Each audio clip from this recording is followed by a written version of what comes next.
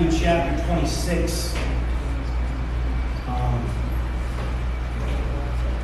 And probably from now until the fall, we'll be walking with Jesus to the cross. I know it's not Easter, but we kind of are working our way through Matthew. We've been in Matthew for the last 4 years, and we're coming to the end, to the last section of Matthew's Gospel. In Matthew 26, verse 1, it says this: when Jesus had finished all these sayings. Now, if you're a Bible reader, if you're reading Matthew and enjoying Matthew, this line, when Jesus had finished all these sayings, is Matthew telling you this is the next section of the book. So this one line is found like 6 times. So as you're reading, those are hints for you to know that here's the next big section of the Gospel. This is introducing the last section of Matthew's Gospel. This is everything Christ came to do is coming to its fullness, its culmination, its climax. Christ came to die. He tells them he came to die. Him dying is not, he's not fumbling the ball. This is not plan B for Jesus. This is plan A. He tells the disciples, you guys know, after 2 days, the Passover is coming, and the Son of Man will be delivered up to be crucified. He tells them, guys, in 2 days, I'm going to die the death of a criminal. I'm going to die a pathetic, spit upon, horrible death sentence in front of everybody. It's a public execution. I'm going to die that way in 2 days. And it's not the first time he's told his truth. He's been telling them this for like months, and they're just not hearing it. They have selective hearing, you know. They don't want to hear that their master is going to die. Just before this, in the chapter before this, Christ spent like all this time describing him coming in glory. Christ the King coming in power. But here's the thing. The disciples loved the idea of Christ coming in power. They didn't like the idea of their master dead. Their master defeated. Their master weak. Guys, in 2 days, Passover's coming. This Hebrew holiday is coming. I'm going to die in Passover. I'm going to die in Passover. While he's telling them this, across town, the chief priest and the elders of the people gathered in the palace of the high priest, whose name was Caiaphas. This is like the powers that be. These are the movers, the shakers, the religious authority of Israel. And they're plotting together in order to arrest Jesus by stealth and to kill him. But they said, not during the feast, lest there be an uproar among the people. So, Christ tells his people, his disciples, in 2 days they're going to die during the Passover. Caiaphas, their big plan, they want to kill him after the Passover so no one gets mad. You can't kill him on a holiday. You can't kill him on Christmas Day. We'll kill him on 26th. You know what I'm saying? They're trying to kill him the day after the holiday. So the will of Christ and the will of Caiaphas are at odds. But one of those wills is going to win. So we know that the backdrop of this next story is Christ. It's Wednesday of Passion Week. It's the Wednesday before he's crucified. Okay? Here's what happens. Verse 6. Now, Jesus was at Bethany in the house of Simon the leper. Bethany. This is the town Christ has good friends in. In Bethany, a week before, a guy named Lazarus had died. And Jesus had gone there, and he's friends with Mary and Martha, his sisters. And their brother Lazarus was dead in a tomb, and Christ arrives 3 days after he's been buried. The guy's in a tomb, wrapped up, and Christ calls for Lazarus. And Lazarus comes out of the tomb alive. So everyone in Bethany knows that Christ is the real deal. He called a dead guy back to life. He is super famous there, okay? He's at dinner with Mary, with Martha, with Lazarus, at a guy named Simon's house, okay? And they're all eating.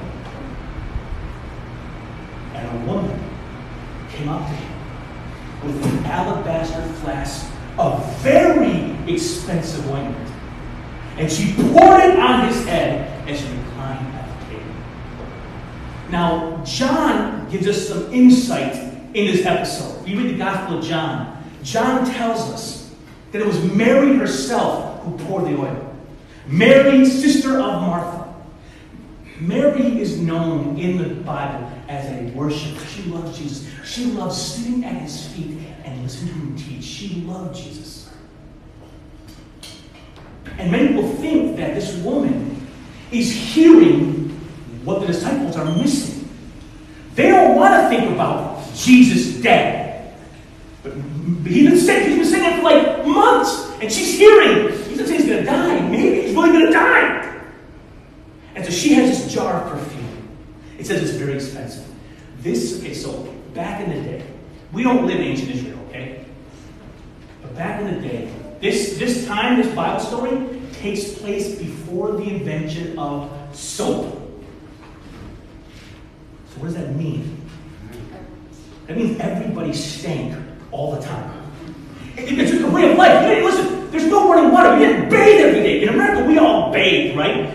In Europe, not so much. But here, we like showering every day. But people in that culture, bathing was a big deal, maybe once a week. So people often had layers of clothing on. And even then, there'd be a strong stench of body odor. Everywhere you went, it smelled like junior high boys. Okay? That's the way the world was back then. So the wealthy people would literally buy perfume. And it was very expensive. They buy perfume to hide their stank. Now this lady told John where she got her perfume. This stuff came from India, okay? This came over on like a spice road. This thing, they say, probably worth about 1 year of a working man's wage. About $30,000. What people did back in the day, there's no banks. So what do you, if you want to save money, how'd you do it? People often would buy gold coins and they bury it around the city. Which is why in ancient Israel today, if you go there and dig, people find coins all the time buried in the ground. People hid back in Jesus' time, because that was their saving account, was buried in the backyard, by the tree, 4 paces, 4 feet down. That was our thinking saving. That was our retirement fund. People also would buy expensive things and hold on to them as retirement. So this perfume for Mary is probably her retirement. She has this expensive $30,000 perfume. And when she's older, she can sell it and have the money she needs to live on for who knows how long. This is her nest egg. This is in her house. This is by far the most valuable thing she possesses. This perfume is crazy expensive, okay? And she walks to Jesus Christ and dumps the entire thing out over his body. It says that as it flows down over him, she's in the ground and she wipes his feet with her hair. As I read this story, I'm like, what should we learn from this?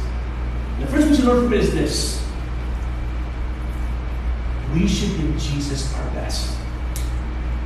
We should give Jesus our best.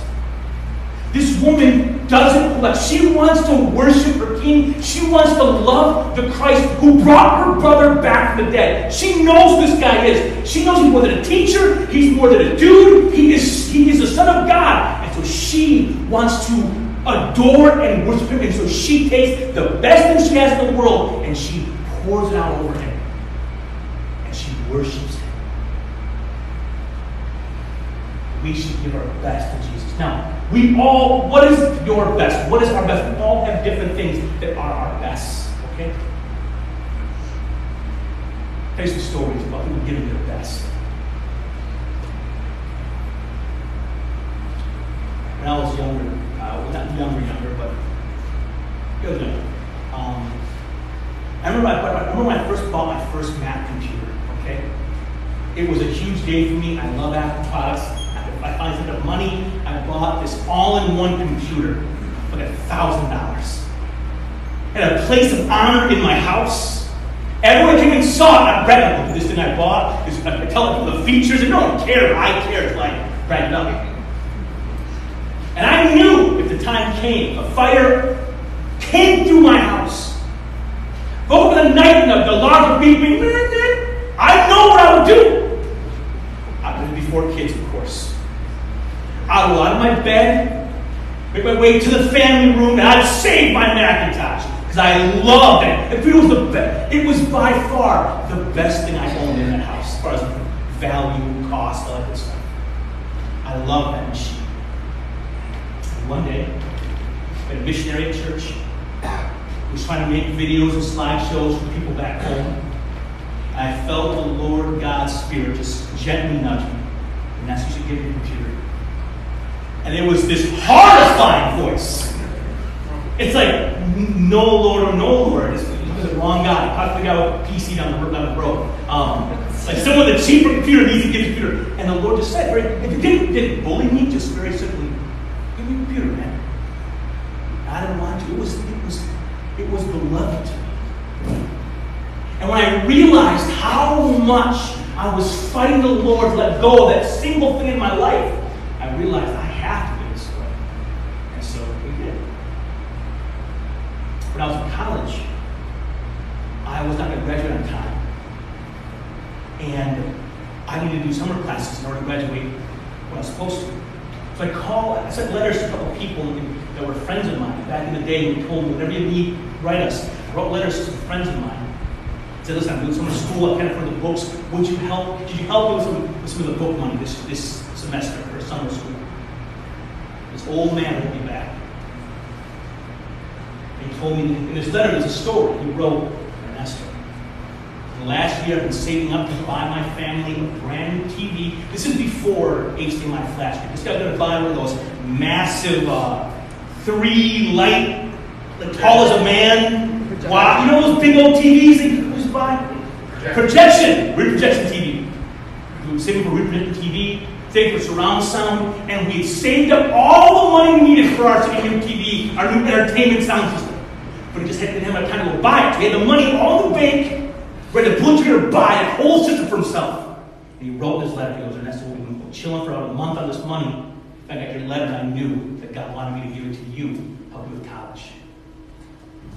I forgot that story. And just this week, they were talking. And he said to me, he goes, that's not what I pay for all the time. I'm like, thanks, dude. He goes, no, I'm serious. He goes, my wife and I remember when we gave you this gift when you were a boy, and we've been praying for you ever since. We're invested in your life and success. Don't blow it. But I remember, this did happen. This person I want a nice TV too. Everyone wants a nice TV. He had this thing he saved for. This thing he wanted, this treasure, this valuable. And then he saw a need in the family of God. And they just said, you know what, take care of that need. And I was a recipient of that grace. And I can't believe it actually happened in the world. We, like this woman, are allowed to give Jesus Christ the best we have to give. Our gifts, our talents, our resources, our money, whatever we have. And this freaks people out. Listen, if you decide, I'm going to give Jesus the best I got, you're going to be a weird person in the world. So what happens next?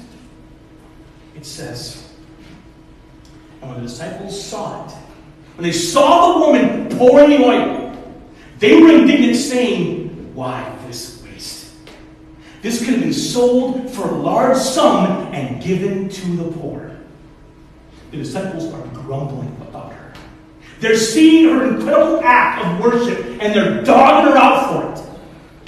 I'm going to go to John 12 and read it in there, so you see how it plays out in the Gospel of John, in John's Gospel. John tells a story from the other side of the table. That's what happens. So, Mary therefore took a pound of expensive ointment made from pure nard, anointed the feet of Jesus, wiped his feet with her hair. The house was filled with the fragrance of the perfume. I mean, it's just crazy what's happening. But everyone is murmuring, everyone is grumbling against the woman. Not against Jesus, no one talk bad about him. They're grumbling against the worshiper. Listen, if you give Jesus your best, you will be ridiculed. If you give Jesus your best, you will be ridiculed, both by the world we live in and even by the churches we sit in. Straight up. In my life, I've had this conversation so many times. I've had a parent come to me because their kid feels called to full-time ministry. Parents come to me upset that I corrupted their child, you know. Like, this person's great at math, great at accounting, great at engineering. They want to give this awesome opportunity to make money away, to be poor and serve Jesus, like, or want to be a missionary in a foreign land. I don't want my kid going to India. I don't want my kid going to the Middle East. I don't want my kid going to China. This is crazy. Let someone else go all in, not my kid. If you give your best to Jesus and go all in for him, you are going to stick out. Even among those who pay to love him. Because most people, we give Jesus our leftovers. That's just the truth.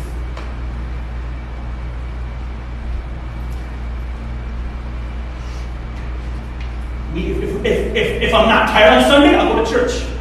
If I got a 5 spot in my wallet, I'll throw money in the offering. If it's a leftover, it's an afterthought. It's not the beginning of the story, it's at the end of the story. If I'm not tired, maybe I'll read the Bible. If I'm really, really, really beat down, maybe I'll pray and ask God for help. Other than that, we ain't talking. Most of us give to God. We are lukewarm, we are half-hearted, and we give to God the leftovers of our heart, not the beginning, not the first fruits. And if you choose to give the first fruits, people will think you're crazy.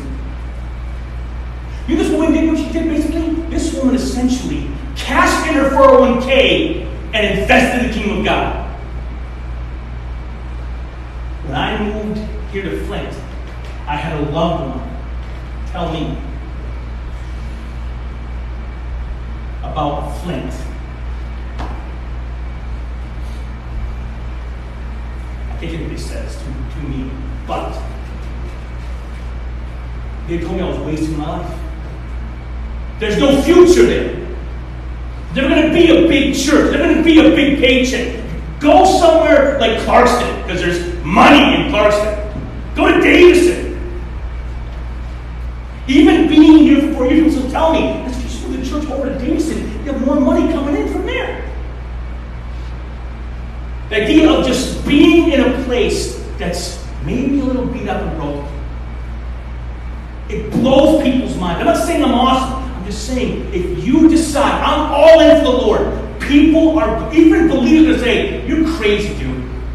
You can't. I know, we have a truck that pulls a trailer across the street. The Flint City Church truck. It is janky, okay? You get in the truck ever, the driver's side is rusted to the street. If your foot down too hard, it's going through the car. I'm not, like literally, the other day, I put the thing in the gear too hard, and I broke the shit up because it was rusted through on the bottom. That truck was given to us for free, and it pulled our trailer every Sunday. And the reason we got the truck for free is because the church in Fenton, there was a man who bought for himself a brand new truck. You ever tried? Any of you guys ever been with a brand new truck? I had that thing. I don't want a crew cab or nothing.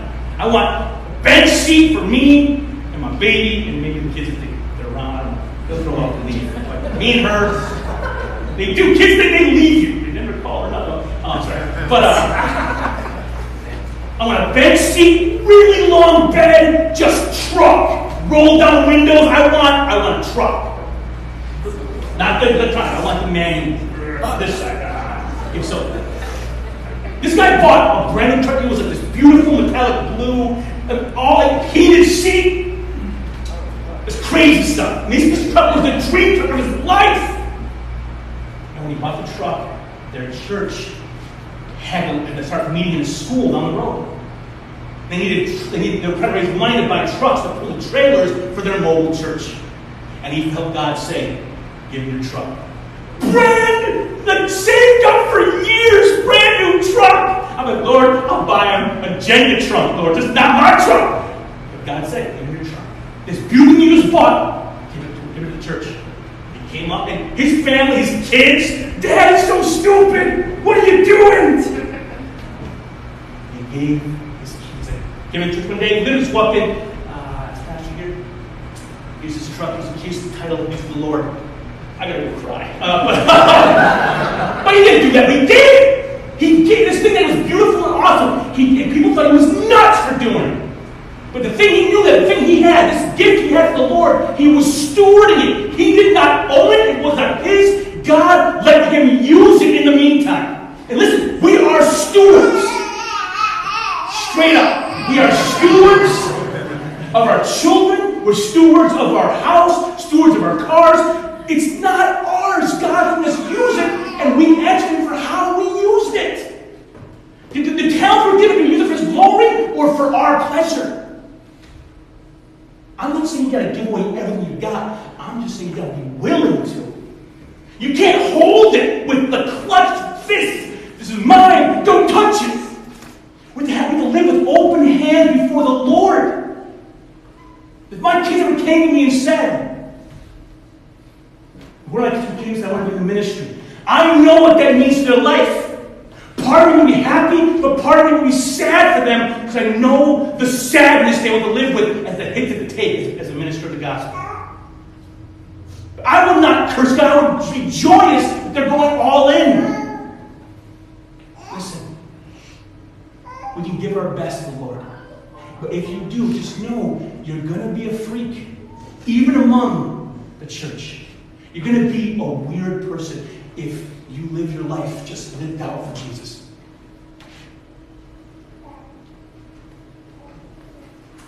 Not only that, listen to this. I'm back in John 12, verse 4.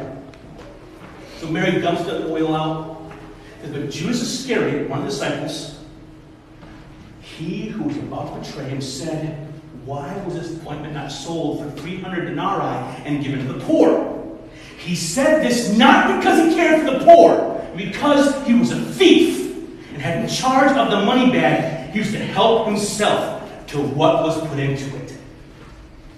It's the accusation sounds legit. Could have been sold and given to the poor. It sounds like a legit concern, but Judas didn't care about that. The reason he was mad, because he wanted to sell that stuff, make money, and pocket it.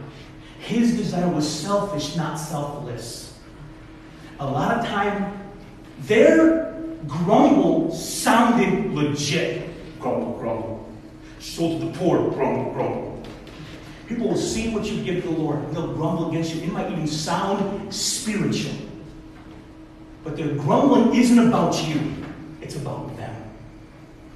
Your love of Christ, your sacrifices, your faithfulness, it makes their half-hearted, fickle worship. It exposes it to be what it is. And instead of changing, they're going to bring you down and change the way they live their life. When they grumble against the true worshipers. Not because they have a real reason, because they just want to mask their own sin. Go back to Matthew 26. Go back to Matthew. So we give our best to Jesus. If you give your best, you will be ridiculed. And listen, it's not just about money. It's your gift, it's your time. If you're a great mechanic, and someone, your neighbor, sweeps, a widow on his income, needs a new starter, you can bless them. Just use the gifts you have to bless someone. This verse, so Jesus responds to the accusation. They say about her, she sold to the poor, all that stuff. So, what happens next? He says, but Jesus, aware of this, said to them, verse 10, "Why do you trouble the woman?" He defends her. Leave her alone, guys. Why do you trouble her? For she has done a beautiful thing. Listen, if you give your best, Jesus will receive it. Who cares if everyone grumbles against you? Jesus will receive it. He will defend you. He said, "Man, leave her alone. This thing she's doing for me is a beautiful thing. She is worshiping me. She gets me more than you guys do. When I get arrested in 2 days, you're all going to run around scared, and she'll be at the cross watching me die.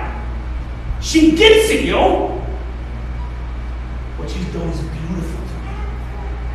If we give our best to Jesus, he will receive our best. He will receive it to himself. That's what happens next. So it says, he defends her, and it says, for you will always have the poor with you, but you will not always have me. Now, a quick rabbit trail. I've heard people use this phrase, the poor will always be among you. I've heard people use this verse to say we shouldn't love the poor. That's not what Jesus said. Just the verses before, he said, whatever you do to the least of these, you do it unto me. He just said, when you love the poor, you're loving me. When you buy someone a sandwich, you're giving me a sandwich. When you provide shelter for someone, you're giving me shelter. He just said loving the poor is awesome. He's not Christians. As Christians, we love the vulnerable, the weak, the poor, the broken. That's who we love, right? So if you ever hear someone use this verse to say we shouldn't help the poor, they're wrong. What Christ is saying is, listen, yeah, she could have sold this and given the money to the poor, but this thing she's doing with it, she's using this resource to minister to my needs. It's a good and that's a good thing to do with it. It's okay. You know what? It's like this. A buddy of mine comes out of town. Haven't seen him for a year. We're good friends.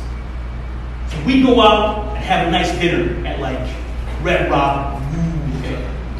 That's like $40 though, right? 2 Red Robin? Oh, that's $40.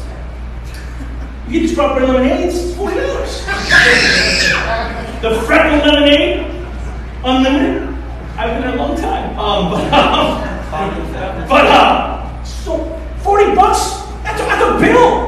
That's half my consumer's bill right there. You'd be like, well, how can you spend this money on Red Robin? You need to pay the bills. Listen, special occasion, I want to have this time with my brother and celebrate this moment. It's allowed to celebrate a moment. We're allowed to enjoy life in the midst of life.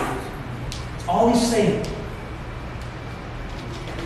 Verse 12, in pouring this ointment on my body, she's done it to prepare me for burial. He's like, listen guys, her pouring this oil on my body is preparing my body for death. She gets it, man. I'm going to die. None of you are listening. She knows this is the end of her. She'll never see me again. This is the end. We're never going to be at peace together hanging out. So she, in this moment, is preparing my body for its burial. And that is a beautiful and good thing to do. If you choose to give your best to Jesus, he will receive your best. Listen to this last piece. Listen to this last piece. He says, truly I say to you, wherever this gospel is proclaimed in the whole world, what she has done will also be told in memory of her. So Jesus says, listen, everybody, you're doubting her out. But wherever they tell my story, they'll tell her story too.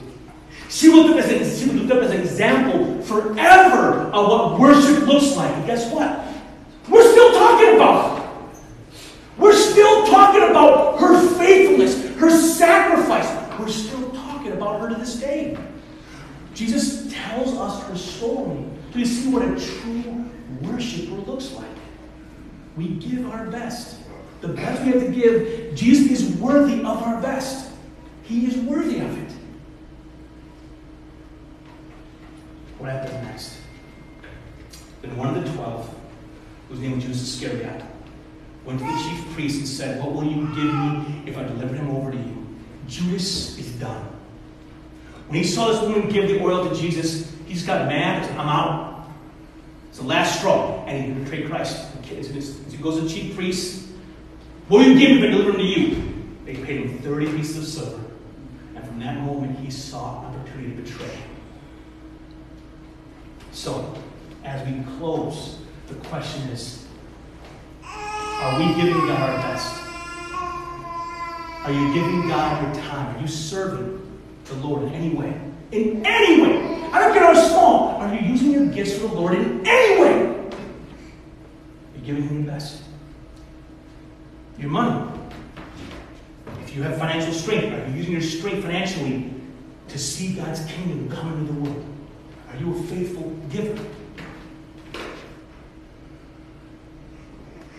time, your gifts, your resources. Are you giving your best to the Lord?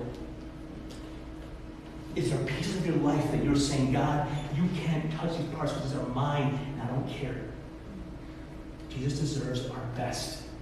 If you give your best, you'll be ridiculed. But listen, if you give your best, Jesus will receive your best.